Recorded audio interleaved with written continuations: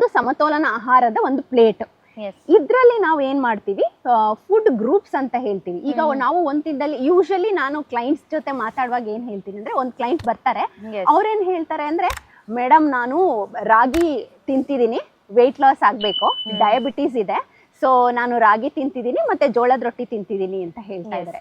So ಅದರಿಂದ weight loss ಆಗತ್ತೆ, diabetes control ಆಗತ್ತೆ ಅಂತ ಅವ್ರು ಅನ್ಕೊಂಡ್ಬಿಟ್ಟಿರ್ತಾರೆ. ಆದ್ರೆ ತಪ್ಪು. ಆದ್ರೆ ಅಲ್ಲೂ ಸಹ ಅವರು ಸಮತೋಲನ ಆಹಾರ ತಗೊಳ್ಬೇಕು. ಇಲ್ಲಿ ನೋಡಿ, ನೀವು ಪ್ಲೇಟ್ ಅಲ್ಲಿ ರಾಗಿ ಇರ್ಬೋದು, ಜೋಳ ಇರ್ಬೋದು, ಆಮೇಲೆ ಇದು ಅಕ್ಕಿ ಇರ್ಬೋದು, ಎಲ್ಲವೂ ಇದ್ರಲ್ಲಿ ಒಂದ್ ಕಡೆ ಬಂದ್ಬಿಡುತ್ತೆ. ಅದ್ರ ಪೋರ್ಷನ್ ಬಂದು ನಮ್ ತಟ್ಟೆಲಿ ಇಷ್ಟೇ ಇರಬೇಕು. ಇನ್ ಮಿಕ್ಕಿದೆಲ್ಲದನ್ನು ತಗೋತಿದೀರಾ ಇಲ್ವಾ ಅಂತ ನೋಡ್ಕೋಬೇಕು. ಇದ್ರಲ್ಲೇನೆ ನಮ್ಮ ಮೈಕ್ರೋ ನ್ಯೂಟ್ರಿಯೆಂಟ್ಸ್ ಅಂತ ಏನ್ ಹೇಳ್ದೆ ನಾನು, ಅದು. ಈಗ ನಾನು ನಿಮ್ಗೆ ಒಂದ್ ಸಣ್ಣ ಎಕ್ಸಾಂಪಲ್ ಕೊಡ್ತೀನಿ. ಮೈಕ್ರೋ ನ್ಯೂಟ್ರಿಯೆಂಟ್ಸ್, ಕ್ಯಾಲ್ಸಿಯಂನ ತಗೊಳ್ಳೋಣ.